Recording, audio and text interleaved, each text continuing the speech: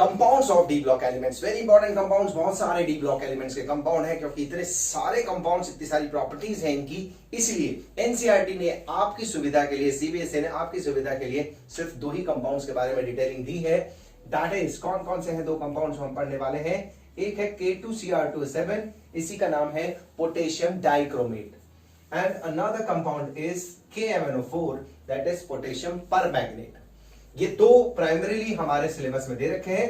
Out of syllabus की बात करूं, अगर आईआईटी नीट और इन सब के लिए पढ़ना चाहते हैं आप, तो बहुत सारे कंपाउंड्स हैं, उनमें से silver nitrate, silver chloride, silver के हैलाइड्स, ये सभी हैं। And other than these we have copper sulphate, हमारे पास CuCl2 हो सकता है, Cu2Cl2 हो सकता है, मरकरी के कंपाउंड्स हैं, आयरन के कंपाउंड्स हैं, FeSO4.7H2O, FeCl3, etc. So many of them are there, but fortunately board examination में हमें सिर्फ इन 2 के बारे में ही पढ़ना है। So before discussing the preparation and properties of KMnO4 and K2Cr2O7, let's see structure and names of few ions which are involved in these properties. उनमें से एक है हमारे पास Cr2O7 2-, this is dichromate ion. Dichromate ion में structure जो देखने को मिलता है, इट इज लाइक दिस। देखिएगा सभी बच्चे, यहां पर 2 क्रोमियम सेंट्रल एटम की तरह बिहेव कर रहे हैं और इनके ऊपर 2- चार्ज आ रहा है। ध्यान रखिएगा, यहां पर जो बॉन्ड्स बन रहे होंगे उनमें रेजोनेंस इन्वॉल्व हो सकता है। अगर इनका डिस्टेंस x है तो इन दोनों का x ही होगा, और ये सब के सब डिस्टेंस y होंगे। ध्यान से सुनिएगा, यहां से क्वेश्चन ऑब्जेक्टिव में पूछ सकते हैं, x और y में कौन बड़ा होगा। 100% x y से बड़ा होगा, क्योंकि यहां रेजोनेंस नहीं है, डबल बॉन्ड कैरेक्टर नहीं है। इसी तरह से एक और बहुत ही इंपॉर्टेंट एग्जांपल है, दैट इज क्रोमेट। ध्यान से सुनिएगा, 2 क्रोमियम तो डाइक्रोमेट और 1 क्रोमियम तो क्रोमेट, और वहां पर भी रेजोनेंस जैसा कुछ देखने को हमें मिलता है। ये भी सीखिएगा सभी बच्चे। यहां पर जितने भी आपको Cr और O के बीच में बॉन्ड दिख रहे हैं, वो सब के सब इक्विवेलेंट बॉन्ड्स हैं।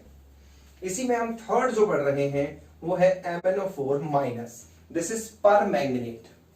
परमैंगनेट को अगर आप देख रहे हैं तो MnO4 ऐसा कुछ स्ट्रक्चर बना रहा है, एंड यहां पे भी रेजोनेंस जैसा कुछ देखने को मिल रहा है। Overall charges -1, and last one is MnO4 2-, इसको बोलते हैं मैंगनेट आयन।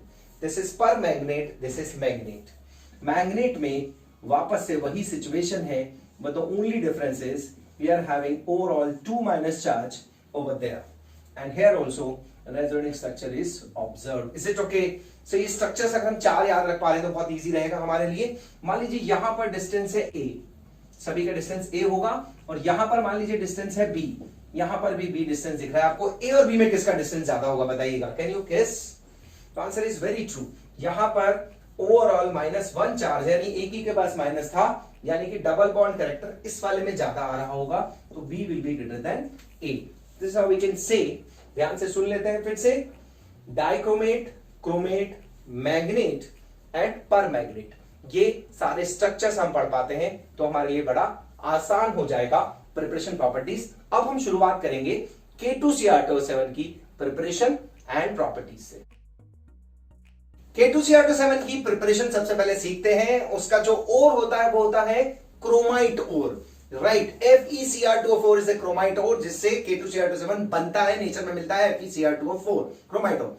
क्रोमाइट ओर को डाइक्रोमेट या पोटेशियम डाइक्रोमेट में 3 स्टेप में कन्वर्ट करते हैं। स्टेप 1 इज क्रोमाइट ओर का ऑक्सीडेशन किया जाता है into chromate bye the help of NaOH+O2 या Na2CO3+O2। स्टेप 1 क्रोमाइट से क्रोमेट बनाया हमने बेसिक मीडियम में। स्टेप 2 याद कीजिएगा साथ साथ, स्टेप 2 जो क्रोमेट था उसे हमने सोडियम डाइक्रोमेट में कन्वर्ट किया H2SO4 डालकर। एंड थर्ड स्टेप जो सोडियम डाइक्रोमेट है, which is more soluble in water, is treated with KCl to obtain potassium dichromate K2Cr2O7 in the form of orange crystals। अब सबसे पहले इनकी रिएक्शंस पढ़ लेते हैं। सो पोटेशियम डाइक्रोमेट कन्वर्जन की जो स्टेप्स है, रिएक्शंस है, उनको सीख लेते हैं। स्टेप 1 में हम क्रोमाइड या जो हमारा क्रोमाइड ओर था उसको ऑक्सीडाइज करते हैं into chromate with the help of Na2CO3 का एक्वा सॉल्यूशन प्लस O2, या O2 ब्लो की जाती है सो दैट क्रोमाइड से क्रोमेट का ऑक्सीडेशन हो सके। सो वेरी सिंपल रिएक्शन 487 828 याद रख सकते हैं trick. 487828। This is how you can learn the balancing. कोई प्रॉब्लम नहीं है, अदरवाइज रटने की भी जरूरत नहीं है, आप बैलेंस कर भी सकते हैं ऑक्सीडेशन मेथड से, जिसके लिए हमने आपको सेपरेटली वीडियो दिखाया हुआ। और वैसे भी इस चैप्टर के लिए balancing by oxidation number method हमें आनी ही चाहिए।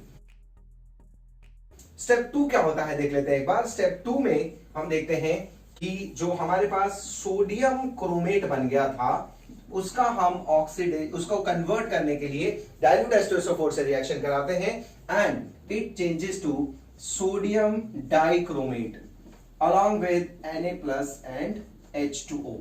This is how this is taking place. क्या करते हैं, जो सोडियम क्रोमेट था येलो कलर का होता है, ये कौन से कलर का है, येलो, और अब हम इसमें सिर्फ H2SO4 मिलाते हैं and it changes to sodium dichromate. ध्यान रखिएगा, सोडियम डाइक्रोमेट पानी में सॉल्युबल होता है बहुत अच्छे से, इसीलिए बहुत आसानी से स्टेप 3 में हम Na2Cr2O7 जो लिया हुआ था एक्वा सॉल्यूशन की फॉर्म में, तो उसमें KCl मिला देते हैं। As a result of which K2Cr2O7 बन जाता है।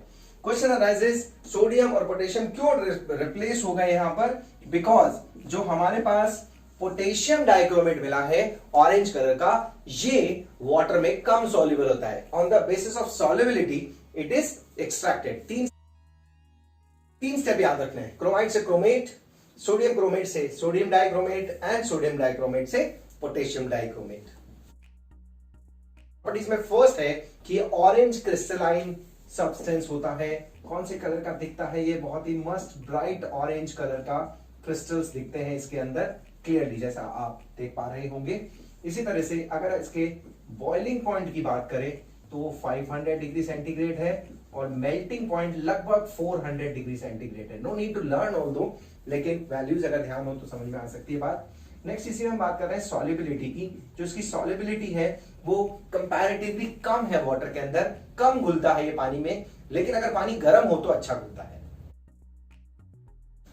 फोर्थ प्रॉपर्टी अपन बात करें इफेक्ट ऑफ हीट। अगर K2Cr2O7 को हम हीट कर रहे हैं तो what is going to happen? Effect of heat बड़ा इंटरेस्टिंग है इसका। इफेक्ट ऑफ हीट में अगर हम K2Cr2O7 को हीट कर रहे हैं तो it is changing to Cr2O3 as well as it is changing to K2CrO4। साथ में ऑक्सीजन गैस भी रिलीज होती है। It's a nascent source of oxygen. छोटी क्लासेस में हमने पढ़ा ही यहीं से था। ऑक्सीजन के बारे में जब बात करते थे तो एक बात करते थे इनहेलिंग के काम आ रही है, और लैब में अगर ऑक्सीजन बनाती होती है तो KMnO4 को हीटिंग करके या K2Cr2O7 को हीटिंग करके लैब में ऑक्सीजन निकलती है, जनरेट होती है। यहां पर भी हमें ध्यान रखना है इफेक्ट ऑफ हीटिंग में। अगर K2Cr2O7 को तेजी से हीट करते हैं तो वो कन्वर्ट होता है किसके अंदर, Cr2O3 और K2CrO4 में इसका कन्वर्जन होता है। If you wish you can balance it also, it is in this way. Fifth property है वो है इफेक्ट ऑफ पीएच। क्या होगा अगर हम मीडियम चेंज कर देंगे तो what is going to happen? This is dichromate, जो ऑरेंज कलर का सॉल्यूशन होता है। अगर वाटर इसमें ऐड किया जाता है तो it changes to HCrO4 minus, that is termed as bichromate. So we have two possibilities. Dichromate से किसमें कन्वर्जन हो गया है? बाइक्रोमेट में कन्वर्जन हो गया है। मीडियम को बेसिक करना पड़ेगा। इन दैट केस जैसे यहां मीडियम को बेसिक करेंगे, यहां से 2 वाटर मॉलिक्यूल हट जाएंगे and it will convert into this. This is known as chromate. ध्यान से सुनिएगा सभी बच्चे, पीएच का कितना तगड़ा फर्क पड़ रहा है ये हम डिस्कस कर रहे हैं। क्या बना? डाइक्रोमेट से बाइक्रोमेट और बाइक्रोमेट से क्रोमेट। ध्यान से सुनिएगा, ये ऑरेंज कलर का होता है और ये येलो कलर का होता है। दैट मीन्स अगर हम सॉल्यूशन स्टेट में देख रहे हैं तो अगर टेस्ट ट्यूब में K2Cr2O7 लिया है, जैसे ही आप उसके अंदर NaOH मिलाएंगे, डाइल्यूट NaOH मिलाएंगे, वो येलो कलर में कन्वर्ट हो जाएगा। और यही येलो कलर अगर हमने वापस से मीडियम एसिडिक किया तो it will change to this again, and अगर यहां से वाटर मॉलिक्यूल हट जाएगा तो विल गेट अगेन डाइक्रोमेट। ध्यान से सुनना, डाइक्रोमेट की प्रिपरेशन ही यहीं से शुरू की थी अपन ने, क्रोमेट से, और वाटर मिला के बेसिक मीडियम में अगर बात करिए अपन ने तो इट चेंजेस टू क्रोमेट। तो बड़ा अच्छा सा प्रैक्टिकल होता है। ऑरेंज से येलो और येलो से ऑरेंज आप जितनी टाइम चाहे उतनी बार कर सकते हैं। ऑक्सीडाइजिंग टेंडेंसी K2Cr2O7 की एक बहुत बहुत इंपॉर्टेंट प्रॉपर्टी है। It can act as very good oxidizing agent, especially in acidic medium. और acidic medium में ये अच्छा ऑक्सीडाइजिंग एजेंट इसलिए होता है क्योंकि ये खुद इजीली रिड्यूस हो रहा है इन एसिडिक मीडियम इनटू Cr3+, और इसके लिए जो E0 वैल्यू है वो 1.13 वोल्ट है।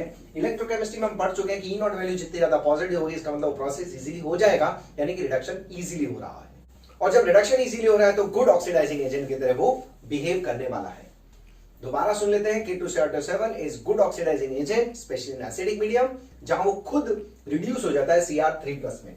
और ध्यान देने वाली बात यह है कि वो I- को I2 में ऑक्सीडाइज कर सकता है, Fe2+ को Fe3+ में ऑक्सीडाइज कर सकता है, Sn2+ स्टेनस को स्टेनिक में ऑक्सीडाइज कर सकता है। It can oxidize oxalate ion into CO2, and it can also act as a good oxidizing agent for alcohol to acid में conversion में भी इसका एक important role रहता है। ये सारी ऑक्सीडाइजिंग प्रॉपर्टी ये दिखाता है, इन सबको ऑक्सीडाइज करता है और खुद रिड्यूस हो जाता है। यहां पर KMnO4 और K2Cr7 जो दोनों हैं उनकी रिलेटेड क्वेश्चंस ऐसा आते हैं एग्जाम में, what happen when K2Cr7 is treated with I- in acidic medium. So you have to write the ionic reaction, ionic balance equation लिखनी होती है। और उन आयनिक रिएक्शन को बैलेंस करने का तरीका ऑक्सीडेशन नंबर मेथड कहलाता है, जो इस वीडियो के एंड में मैंने कुछ क्वेश्चंस करके दिखाए हैं आपको। इसीलिए इनको रिएक्शंस को बेसिक याद रखना है, Cr3+ में कन्वर्ट होता है एंड इन सब को ऑक्सीडाइज कर सकता है। K2Cr7 की प्रिपरेशन और प्रॉपर्टीज जैसी ही KMnO4 की प्रॉपर्टीज और प्रिपरेशन भी है। सबसे पहले याद कर लेते हैं प्रिपरेशन में देखिएगा, इसका जो ओर है वो है, उसका नाम वो है पायरोल्यूसाइड MnO2। एक ब्लैक कलर का पाउडर आपने लैब में रखा हुआ देखा होगा, दैट इज MnO2, वही उसका ओर है पायरोल्यूसाइड। पायरोल्यूसाइड को KMnO4 में कन्वर्ट करने के लिए दो स्टेप्स काम में लेते हैं। स्टेप 1 इस सबसे पहले MnO2 को ऑक्सीडाइज किया जाता है जनरली KOHO2 की प्रेजेंस में into K2MnO4, that is potassium magnet. फिर पोटेशियम मैग्नेट को ऑक्सीडाइज करते हैं पोटेशियम परमैग्नेट में। पोटेशियम परमैग्नेट में ऑक्सीडाइज करने के कुछ तरीके, उनमें से एक एसिडिक मीडियम में या क्लोरीन के साथ रिएक्शन करके या इलेक्ट्रोलिटिक ऑक्सीडेशन करके, ये 3 स्टेप से हो सकता है। इनकी रिएक्शंस देख लेते हैं एक बार। तो स्टेप 1 जो पायरोल्यूसाइड ओर है जिसके बारे में अभी हम बात कर रहे थे, वो ऑक्सीडाइज किया जाता है बेसिक मीडियम इनटू K2MnO4। याद रखिएगा KMnO4 इज पोटेशियम परमैग्नेट जबकि K2MnO4 इज पोटेशियम मैग्नेट। तो पहले +4 से यहां पर +6 में जा रही है कहानी। दिस इज जो हमारे पास पायरोल्यूसाइड था उसका oxidation into K2MnO4 and in next step acidic medium में हम एक डिस्प्रोपोर्शनेशन रिएक्शन देखते हैं जिसके अंदर MnO4 यानी कि magnet get change to permanganate and MnO2 again। इसी सेकंड स्टेप में और भी बहुत सारे तरीके हो सकते हैं, उनमें से एक तरीका यह है हमारे पास कि K2MnO4 अगर हमें मिल चुका होगा और हम इसकी रिएक्शन सीधा सीधा क्लोरीन से करा दे तो हमें मिल जाएगा KMnO4 प्लस 2KCl, यानी कि यहां पर क्लोरीन भी एक अच्छा ऑक्सीडाइजिंग एजेंट की तरह बिहेव कर रहा है। एंड इसी का एक और ऑल्टरनेट भी है एंड दैट वन इज, अगर हमारे पास MnO4 है, हम इलेक्ट्रोलिटिक ऑक्सीडेशन से भी इसको कन्वर्ट कर सकते हैं into this by passing electricity. Is it okay? तो याद रख लेते हैं स्टेप 2 कौन कौन से सीखे। स्टेप 1 MnO2 का oxidation into K2MnO4 and K2MnO4 का oxidation into MnO4-। We have 3 choice for this. My pick is this one, जो इजीली याद हो जाएगी, रिएक्शन याद करना भी आसान है। KMnO4 की कॉमर्शियल प्रिपरेशन जो होती है वो तो पायरोल्यूसाइड से होती है, लेकिन लैब में भी आप KMnO4 बना सकते हैं। कैसे बनेगा? Mn2+ के कुछ सॉल्ट जैसे MnCl2, MnSO4 लीजिए और उनकी रिएक्शन पर ऑक्सो डाइसल्फेट से रिएक्शन करवाने पर वो ऑक्सीडाइज होकर MnO4- बनता है। यानी कि रिएक्शन कुछ इस तरह की Mn2+ की रिएक्शन पर ऑक्सो डाइसल्फेट से रिएक्शन करा रहे हैं, पर डाइऑक्सो सल्फेट से रिएक्शन होने पर MnO4- बन रहा है। Mn के कौन कौन से सॉल्ट हो सकते हैं? इट कैन बी MnCl2 या MnSO4। और ये जो आपको दिख रहा है ये दरअसल कंपोनेंट है H2S2O8 या मार्शल एसिड से मिलने वाला कंपोनेंट है, which is a good oxidising agent. इसीलिए ये ऑक्सीडाइज कर सकता है Mn2+ को MnO4- में। ये इसकी लेबोरेटरी प्रिपरेशन है। KMnO4 की प्रिपरेशन हम लोग पायरोल्यूसाइड से करते हैं, जो 2 स्टेप्स होते हैं उनको हम सीख चुके हैं। और अब बात कर रहे हैं प्रॉपर्टीज की। पोटेशियम परमैंगनेट जो कि एक डार्क पर्पल कलर का क्रिस्टलाइन सब्सटेंस होता है, जो आप यहाँ पर फिगर में देख पा रहे हैं, and it is isostructured with KClO4. Its melting point is 240 degree centigrade. And जब इसको पानी में डालते हैं तो यू कैन ऑब्जर्व एक ब्यूटीफुल सा यहाँ पर एक सॉल्यूशन बन रहा है विद कलरफुल कंपोजिशन। जो डार्क पर्पल नजर आ रहा था, डार्क वॉयलेट नजर आ रहा था, it turns out to be a pink. जितना डाइल्यूट होगा उतना ही कलर पिंक होता जाएगा।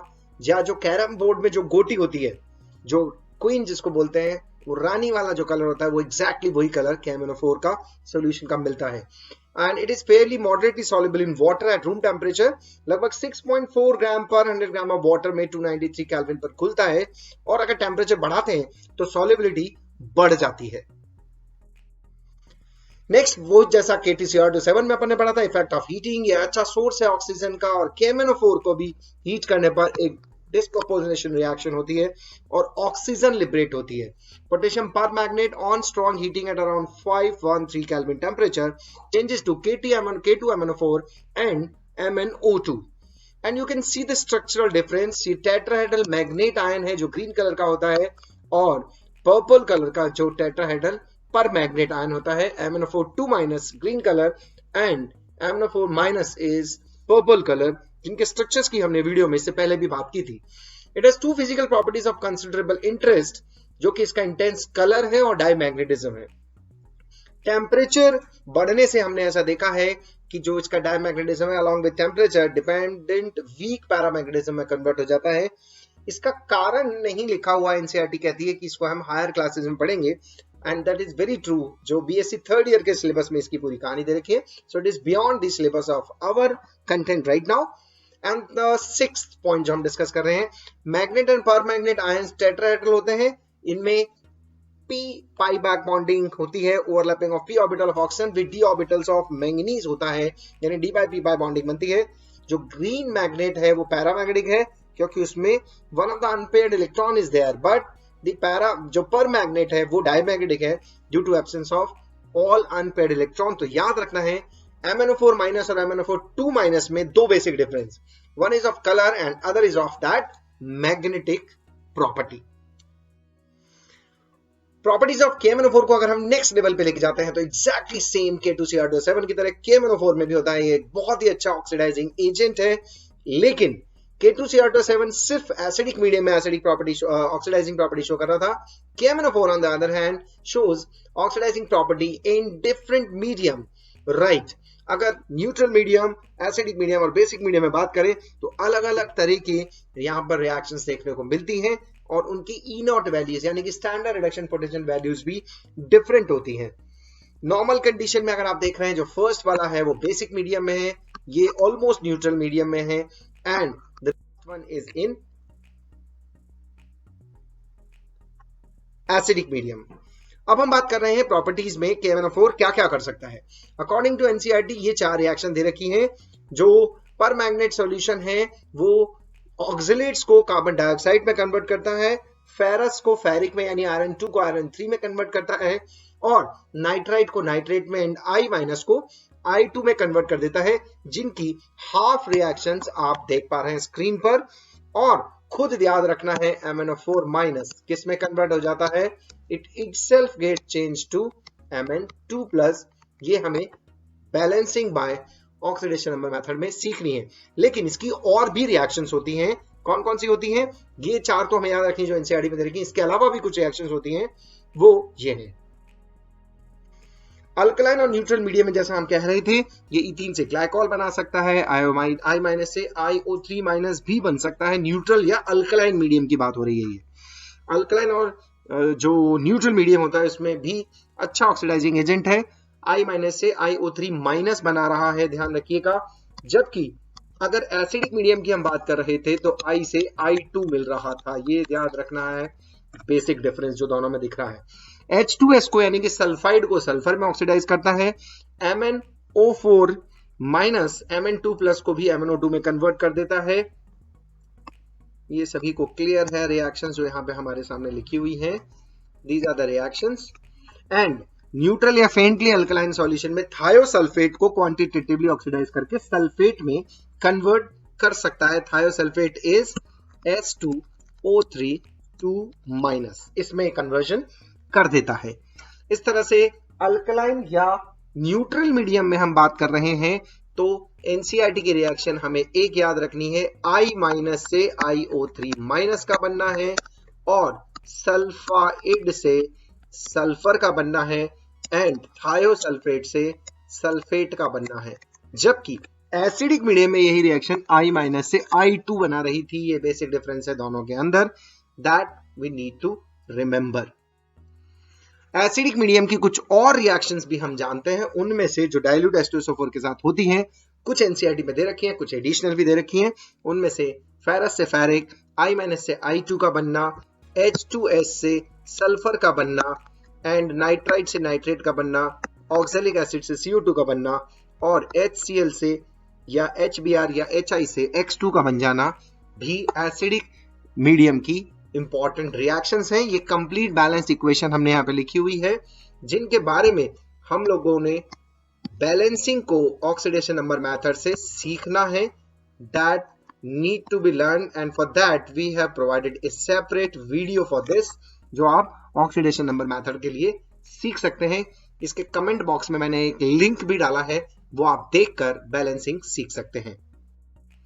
नाउ इन टॉकिंग अबाउट कि जो KMnO4 या K2SO4 हमने पढ़ा, इसके यूजेस कहाँ। ये KMnO4 लाल दवा के नाम से जानी जाती है, जो पुराने जमाने में और आज भी गांव में कुओं में इस दवाई को डाल दिया जाता है in the form of a medicine. जहां कुओं में से पानी में से स्मेल आ रही होती है due to presence of some organic material, उनके डिकम्पोजिशन के कारण इस दवाई को डाल दिया जाता है and for few days the जो वेल हैं उन्हें क्लोज डाउन कर दिया जाता है, उनमें से पानी नहीं निकालते हैं। आफ्टर फ्यू डेज पानी निकाल के देखते हैं बाल्टी से एंड दे फाउंड कि अगर कलर नहीं है तो दैट इंडिकेट्स कि KMnO4 ने ऑक्सीडाइज कर दिया था जो भी ऑर्गेनिक मटेरियल उसमें प्रेजेंट था।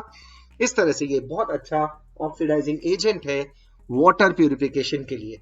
अगर हम अपने हाउस होल्ड में भी टंकियों में कभी कभार महीने में एक बार डाल सके तो बहुत कम अमाउंट KMnO4 डाल सकते हैं, very very less amount, so that अगर उसमें कोई ऑर्गेनिक एल्गी वगैरह इस तरह का कुछ मटेरियल है, माइक्रो ऑर्गेनिज्म है, वो मर जाएगा। तो KMnO4 ऑक्सीडाइजिंग एजेंट है लेबोरेटरी और इंडस्ट्री में, वॉल्यूमेट्रिक एस्टिमेशन में भी काम में आता है। The solution is first standardised before use, क्योंकि इसका सॉल्यूशन स्टैंडर्ड सॉल्यूशन नहीं होता है, that need to be titrated. Alkaline KMnO4 को बेयर्स रिएजेंट कहते हैं अगर वो सॉल्यूशन 1% सॉल्यूशन लेते हैं, जिसका जो अनसैचुरेशन के टेस्ट में भी काम में आता है। पिंक कलर का सॉल्यूशन कलरलेस में कन्वर्ट हो जाता है अगर किसी अनसैचुरेटेड सब्सटेंस जैसे एल्कीन या अल्काइन से रिएक्ट करते हैं एंड साइमल्टेनियसली ये सल्फाइड को सल्फेट में भी जब कन्वर्ट कर रहा होगा तब भी कलर उड़ जाया करेगा इसमें। इसके अलावा KMnO4 का यूज है सैक्रीन, बेंजोइक एसिड, एसिटाल्डिहाइड वगैरह को बनाने में भी काम में आ रहा है and it is also use in quantitative analysis of detecting halide, sulphide, oxalates etcetera. कितना है इनका पता लगाने के लिए टाइट्रेशन में KMnO4 यूज करते हैं। 11th और 12th क्लास की टाइट्रेशन में भी KMnO4 वर्सेस ऑक्सैलिक एसिड की टाइट्रेशन दे रखी होती है और वहां पर नॉर्मेलिटी की वैल्यू एसिडिक और बेसिक पे डिपेंड करती है एंड जो J फैक्टर जिसको हम बोलते हैं वो एसिडिक मीडियम में 5 होता है और न्यूट्रल मीडियम में या वीकली बेसिक मीडियम में उसे हम J वैल्यू को वहां पर हम लेते हैं 3। तो इस तरह से ये हमने KMnO4 की बात करी। एक एग्जाम्पल से अपनी इस बात को शुरुआत करते हैं and the example is MnO4 minus is plus NO2 minus in acidic medium. H plus अगर एरो के ऊपर लिखा हुआ है इसका मतलब ये मीडियम एसिडिक दे रखा है। Changes to Mn2 plus and NO3 minus. इस तरह से कोई इक्वेशन गिवन होगी। सबसे पहले आपको उन केमिकल स्पीसीज को आइडेंटिफाई करना पड़ेगा जिनका ऑक्सीडेशन और रिडक्शन हो रहा है। और कैसे पहचानते हैं ऑक्सीडेशन रिडक्शन हो रहा है कि नहीं हो रहा है? वेरी सिंपल, जिन केमिकल स्पीसीज में ऑक्सीडेशन नंबर बढ़ रहा हो किसी एलिमेंट का उसका ऑक्सीडेशन हो रहा है और जब ऑक्सीडेशन नंबर घट रहा हो तो रिडक्शन हो रहा है। This is clear. Oxidation means oxidation number का बढ़ जाना और रिडक्शन मींस ऑक्सीडेशन नंबर का कम हो जाना।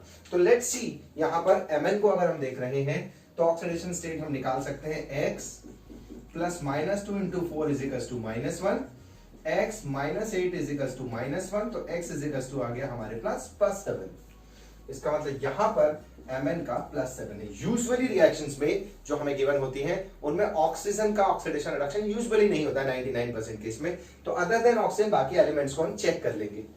तो यहां पर Mn का +7 आ गया है और यहां Mn के ऊपर दिख रहा है आपको एक्चुअल चार्ज। मैंने सिखाया था, बताया था, बार बार बोल रहा हूं, actual charge or apparent charge present on a chemical species or an atom when shared pair electron are distributed on the basis of electronegativity. वही यहां पर देखा, तो यहां पर तो +7 आया apparent charge, यहां पर actual charge जो है वही ऑक्सीडेशन नंबर है, ऑक्सीडेशन स्टेट है।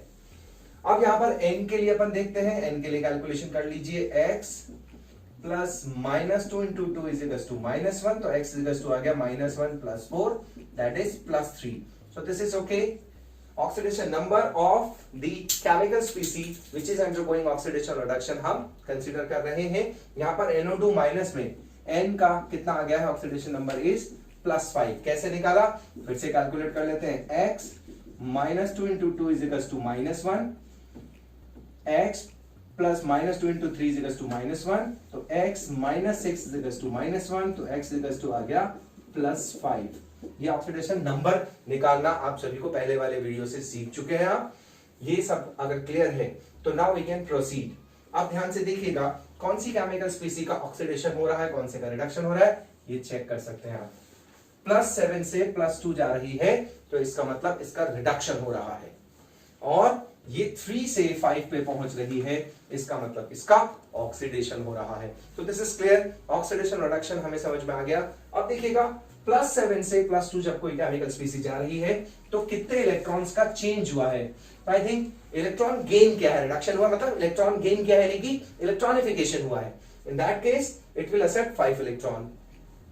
On the other hand this is getting oxidised, क्योंकि ऑक्सीडेशन नंबर बढ़ रहा है, और जब बढ़ रहा है तो कितने इलेक्ट्रॉन का लॉस होके बढ़ रहा है, 2। ये क्लियर है हम सभी को।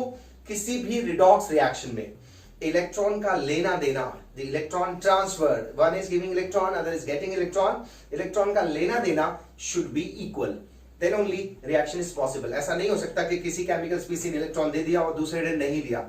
जितने इलेक्ट्रॉन चाहिए उतने इलेक्ट्रॉन देने वाला भी होना चाहिए। It is like this. तो फर्स्ट स्टेप सभी को क्लियर है, ऑक्सीडेशन नंबर मेथड से बैलेंसिंग का फर्स्ट स्टेप क्लियर है हम सभी को। Now what you have to do is, इसी इक्वेशन को आप एक बार और लिख लीजिए। This is how you can balance MnO4 plus NO2 minus changing to Mn2 plus NO3 minus. This is how reaction is taking place. अब दोबारा लिखने पर बिल्कुल क्लियर है, यहां 7 से 2 पर आया है, यानी कि 5 इलेक्ट्रॉन का चेंज है, यहां -2 इलेक्ट्रॉन का चेंज है। इस वाली इक्वेशन को, इस वाली हाफ इक्वेशन को हम 2 से मल्टीप्लाई करेंगे, इस वाली इक्वेशन को हम 5 से मल्टीप्लाई करेंगे। क्यों? क्योंकि 5 इंटू 2 विल बी 10 इलेक्ट्रॉन्स का गेन, एंड -2 इंटू 5 मतलब -10 इलेक्ट्रॉन, यानी कि 10 इलेक्ट्रॉन का loss. Redox reaction, I repeat, gain और loss of electron should be same. इस तरह से जब इस वाली इक्वेशन को 2 से मल्टीप्लाई करेंगे तो वी विल गेट 2 हियर। यहां पर हमारे पास क्या टर्म आ जाएगी, 2 and 2। और क्योंकि इस हाफ रिएक्शन को, हाफ रिएक्शन मतलब ये वाली जहां पर ऑक्सीडेशन हो रहा है, इसको हमने 5 से मल्टीप्लाई किया है, तो will put 5 here. Is it okay? In this way हमने एक स्टेप तो पूरा कर लिया है कि ऑक्सीडेशन और रिडक्शन में गेन और लॉस ऑफ इलेक्ट्रॉन इक्वल हो गया है। ये तो सबको क्लियर है। अब क्वेश्चन उठता है व्हाट नेक्स्ट। उसके लिए अब अपने को क्या करना होगा, ऑक्सीजन की चिंता करनी होगी। We have to take care of the oxygen and medium given is acidic. तो हमें क्या करना है, जहां ऑक्सीजन कम है वहां पे वाटर मॉलिक्यूल ऐड कीजिए, क्योंकि जितनी भी रिडॉक्स रिएक्शन हो रही होंगी वो एक्वस मीडियम में ही डिस्कस कर रहे होंगे हम। तो यहां पर ऑक्सीजन काउंट कीजिए कितने हैं, 4 इंटू 2 8, 5 इंटू 2 10। तो टोटल जो हमारा लेफ्ट हैंड साइड है वहां पर ऑक्सीजन आप देख पा रहे हैं इट इज 18, और जो हमारा राइट हैंड साइड है यहां पर इलेक्ट्रॉन देखिए कितने, ऑक्सीजन देखिए कितने दिख रहे हैं, 15 ऑक्सीजन दिख रहे हैं, यहां पे 18 दिख रहे हैं। You have to balance oxygen atom by the help of water molecule. Water के मॉलिक्यूल्स वहां ऐड कीजिए जहां पे ऑक्सीजन कम है। बताइए ऑक्सीजन कहां कम नजर आ रहे हैं आपको, यहां पर 18 है, यहां 15 ऑक्सीजन है, तो दैट मींस आपको यहां पर 3H2O ऐड करना है। Very simple. कितने वाटर ऐड करने हैं यहां पर, 3। अभी प्रॉब्लम रह गई है हाइड्रोजन की, क्योंकि मीडियम एसिडिक दे रखा है तो हम इसे H प्लस करके बैलेंस करेंगे। यहां कितने ऑक्सीजन एक्स्ट्रा दिख रहे हैं, यहां पर कितने हाइड्रोजन एक्स्ट्रा दिख रहे हैं, 6। So put 6H plus here. दोबारा MnO4 माइनस Mn में कन्वर्ट हुआ, दैट्स व्हाई हमने 2 से मल्टीप्लाई किया सो दैट 10 इलेक्ट्रॉन्स हो, यहां पर 5 से मल्टीप्लाई किया सो दैट 10 इलेक्ट्रॉन्स हो, गेन लॉस बराबर आया। फिर ऑक्सीजन बैलेंस करने के लिए हमने ऑक्सीजन काउंट किए, जहां ऑक्सीजन कम थे वहां वाटर मॉलिक्यूल ऐड किया, और हाइड्रोजन बैलेंस करने के लिए हमने H+ कर दिया। अभी भी एक स्टेप रह गया है, एंड द स्टेप इज, आपको बोलना है गिली गिली छू, बैलेंस हो गई इक्वेशन। इतना सिंपल स्टेप था। पहले ऑक्सीडेशन नंबर रिडक्शन डिसाइड कीजिए, उसके बाद ऑक्सीजन को बैलेंस करने के लिए वाटर मॉलिक्यूल की हेल्प दीजिए, और एसिडिक मीडियम में अगर हाइड्रोजन कहीं पे भी कम है तो विल पुट H+। तो this is okay. So basic medium में क्या चेंजेस आते हैं, बहुत छोटा सा चेंज आता है। देखिएगा क्या चेंज आता है, पहले से वही प्रोसीजर कर लेते हैं। +7 +4 -1 +5, बताइए कितने कितने इलेक्ट्रॉन्स का चेंज दिख रहा है हमें। वेरी क्लियरली यहां पर 3 इलेक्ट्रॉन्स गेन हो रहे हैं, एंड यहां पे वेरी क्लियरली -6 इलेक्ट्रॉन हो रहे हैं। तो दोबारा से जैसा पहले भी बोला था मैंने, वापस से रिएक्शन को लिखना है एक बार, और फिर से लिखना है नेक्स्ट स्टेप में, और जैसे ही आप वो रिएक्शन लिखेंगे उसके बाद आपको चेक करना है किसको किससे मल्टीप्लाई करना है। 3 और 6 में वेरी क्लियर है, इसको सिर्फ 2 से मल्टीप्लाई करना है, यानी इस वाली रिएक्शन को 2 से मल्टीप्लाई कीजिए। So will put 2 here and 2 here, क्योंकि ये 2 से मल्टीप्लाई हुआ है। अब ऑक्सीजन काउंट करते हैं, यहां पर 8 ऑक्सीजन है, यहां पे 4 and 3 7 ऑक्सीजन है। बेसिक मीडियम में ऑक्सीजन बैलेंस करने के लिए एसिडिक मीडियम से डिफरेंट स्टेप होता है। एसिडिक मीडियम में जहां ऑक्सीजन कम थे वहां वाटर मॉलिक्यूल ऐड हो रहा था। बेसिक मीडियम में we are doing the reverse thing, जहां ऑक्सीजन ज्यादा है वहां पे वाटर जोड़िए और दूसरी साइड में double number of OH add कीजिए। यहां पर 8 ऑक्सीजन है, यहां 7 ऑक्सीजन है, will put 1 H2 here, and हमें डबल नंबर ऑफ OH जोड़ना है उधर की साइड में। जितने आपने वाटर ऐड किए हैं उससे डबल OH जोड़िए। उसके बाद कुछ बैलेंस नहीं करना है, क्योंकि हाइड्रोजन ऑलरेडी आप 2 लिख चुके थे, तो 2 हाइड्रोजन आ गया। एक बार चेक कर लीजिए, यहां पर हाइड्रोजन टोटल 2 है, वहां पर भी 2 है, ऑक्सीजन यहां पर टोटल 8 and 2 9 है, यहां पर 4 3 7 and 2 9 है, बैलेंस है। On one more checking charge की, यहां पर टोटल -3 चार्ज आ रहा है, या -1 और -2 इज टू -3 चार्ज आ रहा है। तो फिर इस तरह से गिली गिली छू हो जाता है और बैलेंस हो जाती है। ऑक्सीडेशन नंबर मेथड से इस तरह से बैलेंस करते हैं। इन शॉर्ट इस चैप्टर के पोर्शन से KMnO4 और K2Cr+1 की प्रिपरेशन से रिलेटेड रिएक्शन और प्रॉपर्टी से रिएक्शन आती हैं। बैलेंस इक्वेशन हमें आनी चाहिए, जिनके लिए मैंने आपको कुछ एग्जांपल्स भी डिस्कस किए। आयनिक फॉर्म में रिएक्शन लिख सकते हैं, ऑक्सीडेशन नंबर मेथड से लिख सकते हैं। बहुत इजी टॉपिक है इस चैप्टर का, डी ब्लॉक का, इसको जरूर ध्यान से पढ़िएगा। इसके बाद इसमें जो चैप्टर में टॉपिक बचता है वो है F ब्लॉक एलिमेंट, जिसके बारे में हम नेक्स्ट वीडियो में बात करेंगे।